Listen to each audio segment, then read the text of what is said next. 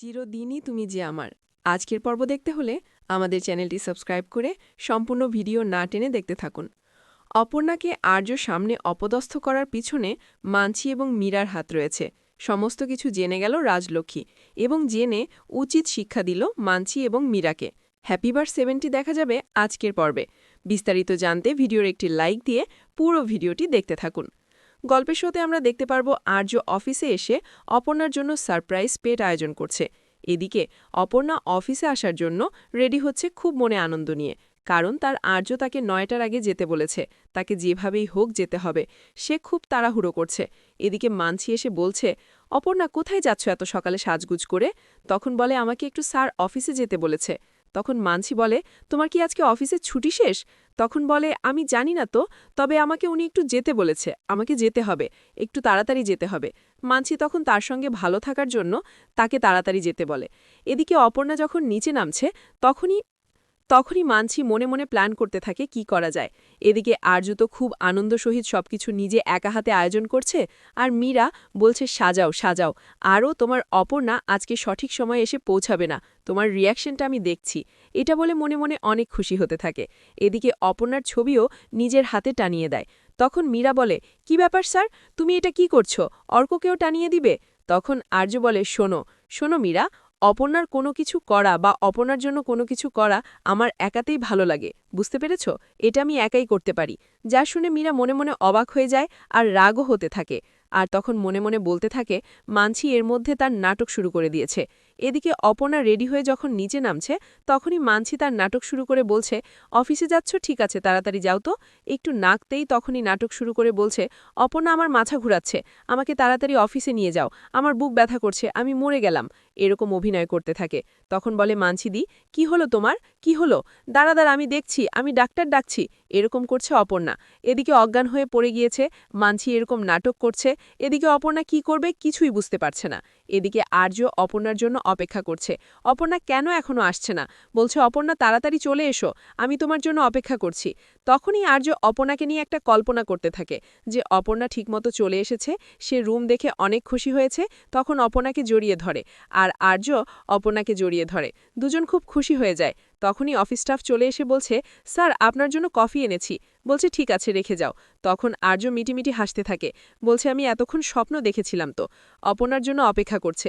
এদিকে মানছিকে নিয়ে অপর্ণা হসপিটালে যাবে। তখন মানছি বলে, তোমাকে আমি দেরি করে দিচ্ছি, কিন্তু আমাকে তো কিন্তু যেতেই হবে, আমার খুব খারাপ লাগছে অপর্ণা।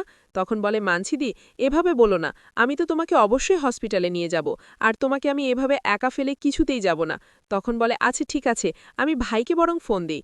তখন অবাক হয়ে যায় মানছি, আর মনে মনে বলে, না না, অর্ককে কিছুতেই এখন জানানো যাবে না।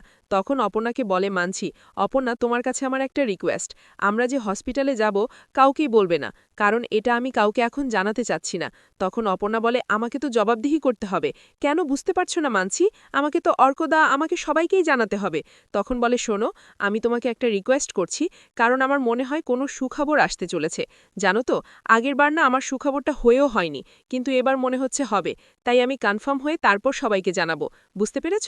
তখন অপর্ণা অনেক খুশি হয়ে যায় আর বলছে, মানছিদি, আমি তোমাকে কথা দিচ্ছি, আমি কাউকেই জানাবো না। তখন মানছি অনেক খুশি হয়ে যায় আর অপর্ণাকে নিয়ে হসপিটালে চলে যায়। এদিকে ডক্টর মানছিকে চেক আপ করতে থাকে। তখন অপর্ণাকে বলে, হয়তো কিছু টেস্ট করতে হবে, কিছু টেস্ট করতে হবে, তাহলেই জানা যাবে। তো মানছিকে কিছু টেস্ট দেয় আর হসপিটালের পাশে অপর্ণা বসে আছে। বলছে, কি যে করি, স্যারকেও তো একটা ফোন দিতে পারছি না। এদিকে আর্য অপর্ণাকে ফোন দিচ্ছে, কিন্তু অপর্ণা কিছুতেই ফোনটা তুলতে পারছে না, কারণ মানছি চাক্রান্ত করে অপর্ণার হাতটা ধরে রেখেছে। বলছে, কিভাবে আমি স্যারের ফোনটা ধরব, ফোন তো বেজেই চলেছে, আর মানছি যেভাবে হাতটা আমার ধরে রেখেছে, আমি তো হাত ছাড়াতেও পারছি না। এদিকে আর্য তো আরও অনেক কষ্ট পেতে থাকে। অপর্ণা তার ফোন ধরছে না। অন্যদিকে মীরা এসে বারবার তাগা দিতে দিচ্ছে, বলছে, স্যার, অপর্ণা এখনও আসেনি, কলিগরা তো সবাই অপেক্ষা করছে, বাইরে দাঁড়িয়ে আছে, আর কতক্ষণ? তখন আর্য বলে, শোনো, অপর্ণা চলে আসবে, আর ওরা যদি অপেক্ষা করতে না পারে তাহলে বাড়িতে চলে যেতে বলো, বুঝতে পেরেছ? তখন বলে, না, আমি ওদের বলছি, তুমি উত্তেজনা হয় না, ঠিক আছে, এ বলে মীরা চলে যায় আর মনে মনে বলে, তোমার অপর্ণা তো আসবে না, ঠিকমতো কখনোই আসতে পারবে না। তোমার রিয়াকশনটা আমি দেখছি আর আমার খুব ভালো লাগছে। এটা বলে মীরা এখান থেকে চলে যায়। আর অন্যদিকে অফিস স্টাফরা মীরাকে বলছে, কি ব্যাপার, অপর্ণা ম্যাডাম কেন আসছে না এখনো? তখন বলে, হ্যাঁ অবশ্যই আসবে, আর একটু অপেক্ষা করো। এটা বলে মীরা এখান থেকে চলে যায়। আর অন্যদিকে আর্য তো খুব রাগান্বিত হয়ে থাকে। এদিকে ডক্টর দেখানো শেষ, মানছি আর অপর্ণা চলে যাবে। আর অপর্ণা তো খুব চিন্তা করছে যে স্যারের সঙ্গে দেখা করতেও পারছে না এবং ফোনও দিতে পারছে না। কি যে করি, কি যে করব, এটা নিয়ে চিন্তা করছে। আর অন্যদিকে মানছি বলে, আমার যা করার করে দিয়েছি, তোমাকে অনেকক্ষণ সময় আটকে রেখেছি, এখন তুমি যেতে পারো। তখন বলে অপর্ণা, তুমি এখন যেতে পারো, কারণ আমি এখন অনেকটাই সুস্থ। গতবার সে আমার খারাপ খবর, এবারও খারাপ খবর। এটা বলে মানছি কান্না করতে থাকে। তখন বলেন, না মানছিদি, তুমি কান্না করো না, সব ঠিক হয়ে যাবে। তো এটা বলে সান্ত্বনা দিতে থাকে। আর তখন মানছি বলে, ঠিক আছে তুমি যাও, আমি একা যেতে পারবো। তখন অপর্ণা বলে, ঠিক তো, তুমি একা যেতে পারবে?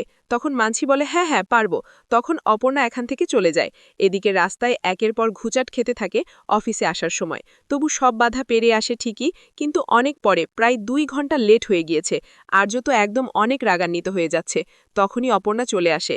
এদিকে আর্য তো অনেক রাগান্বিত আছে, কিন্তু অপর্ণা এখনও আসছে না, প্রায় 2 ঘন্টা লেট। তখনই মীরা আবার এসে বিরক্ত করে বলছে, স্যার অপর্ণা এখনও আসেনি, তুমি এত নিজের হাতে সাজালে, ও একটা কাজ করছে, ওর তো আরও আগে আসা উচিত ছিল। তো পান দিতে থাকে আর্যকে। এটা বলে মীরা এখান থেকে চলে যায়। আর তখনই দেখা যায় অপর্ণা চলে এসেছে। কলিগরা তো অপর্ণাকে দেখে অবাক হয়ে যায়, বলছে, অপর্ণা ম্যাডাম এসেছেন? তো অপর্ণা কারো কোনো কথারই জবাব দেয় না, হাঁপাতে হাঁপাতে আর্যর রুমে চলে যায়। বলছে, স্যার আমি এসেছি। তখন আর্য তো তাকে দেখে অনেক রাগ হয়ে যায়, বলছে, এসেছো? কয় ঘন্টা পরে এসেছো, দেখো ঘড়িতে কয়টা বাজে, 2 ঘন্টা লেট। এটা আমি আশা করিনি অপর্ণা, কেন এটা করলে? আর তুমি কোথায় গিয়েছিলে? তুমি ঠিক সময় অফিসে আসতে পারলে না? তখন বলে, স্যার আমার একটু কাজ ছিল। কিন্তু কি কাজ? আর্য জানতে চাইলে অপর্ণা কিছুতেই বলে না। এজন্য আর্য অনেক রাগান্বিত হয়ে যায়। অপর্ণার জন্য গিফট রাখা ফুল ছবি সব একদম ছিটকে ফেলে দেয়, সব ভেঙে যায়। তখন অপর্ণা যা দেখে অবাক হয়ে যায় আর বলে, স্যার আমার স্যার। তখন অপর্ণা মনে মনে বলে, আমার স্যারের ছবিটা এভাবে ভেঙে ফেলল? তো আর্য বারবার জিজ্ঞাসা করতে থাকে, বলো তুমি কেন আসতে পারোনি? এদিকে মনে মনে মীরা অনেক খুশি হতে থাকে। আর্য এবং অপর্ণাকে কি তেল মেখেই কথা বলছে। অপর্ণাকে বলছে, মীরা, অপর্ণা তুমি এত লেট কেন করলে? বেচারি তোমার জন্য নিজের হাতে সাজিয়েছে, তুমি এদার প্রতিদান দিলে? তখন আর্য বলে, হ্যাঁ। তাহলে তুমি কেন এসেছো? আর তুমি কোথায় গিয়েছিলে আমাকে বলো। কিন্তু অপর্ণা কিচ্ছু বলে না, শুধু বলে, স্যার আমি এটা যোগ্য নয়, এগুলোর যোগ্য নয়, তাই আমি আসতে পারিনি। এটা বলে কান্না করতে থাকে। তখন বলে, ও তুমি যোগ্য নয় না? এটা বলে কাছে আরও যা থাকে সব ভাঙচুর করতে থাকে। অপর্ণা খুব ভয় পায়। অপর্ণা কষ্ট নিয়ে দৌড়ে ওখান থেকে চলে যায়। আজও পিছে পিছে যেতে থাকে, কিন্তু কিংখর কন্ট্রোল করার চেষ্টা করে, বলছে, আর্য এই কাজটা করিস না, অফিসার আমরা সব দেখছে, এটা কিন্তু একদম সোশ্যাল মিডিয়ায় প্রচার হয়ে যাবে, তুই একটু নিজেকে কন্ট্রোল কর। তখন অনেক কষ্টে দাঁড়িয়ে থাকে আর্য। আর তখন বলে, ফোনটা দে, কারণ ইতিমধ্যে আর্য মোবাইলটা সে ভেঙে নষ্ট করে ফেলেছে। তখন কিংখর মোবাইলটা দেখিয়ে দেয়, বলছে, আচ্ছা ঠিক আছে তোরটা দে। তখন কিংখরে ফোনটা দিলে সে ফোন করতে থাকে অপর্ণাকে, কিন্তু অপর্ণা কিছুতেই আর ফোনটা ধরে না। সে কষ্ট নিয়ে দৌড়তে দৌড়তে রাস্তা দিয়ে ছুটছে। আর তখনই তো রাস্তায় ছুটতে ছুটতে অপর্ণা একদম উচুট খেয়ে আবার নিচে পড়ে যায়। তখন দেখে তারাসুন্দরী মা তার সামনে দাঁড়িয়ে আছে। তারাসুন্দরী মাকে দেখে তো অপর্ণা অবাক হয়ে যায়, বলছে, তারাসুন্দরী মা তুমি? তখন তারাসুন্দরী মা তার হাতটা বাড়িয়ে দেয়। আর যা দেখে অবাক হয়ে যায় অপর্ণ। এদিকে মীরা মানছিকে ফোন করে সব জানিয়ে দেয়, তাদের প্ল্যান সাকসেস হয়েছে। যা শুনে মানছি অনেক খুশি হয়ে যায়। তাদের ফোনের কথাগুলো সব শুনে ফেলে রাজলক্ষ্মী। রাজলক্ষ্মীকে দেখে তো ভয় পেয়ে যায় মানছি। তো প্রিয়ার্স, তাহলে আপনাদের কি মনে হচ্ছে, তাহলে কি মানছি সব কথা শুনে ফেলেছে রাজলক্ষ্মী? তো কি হতে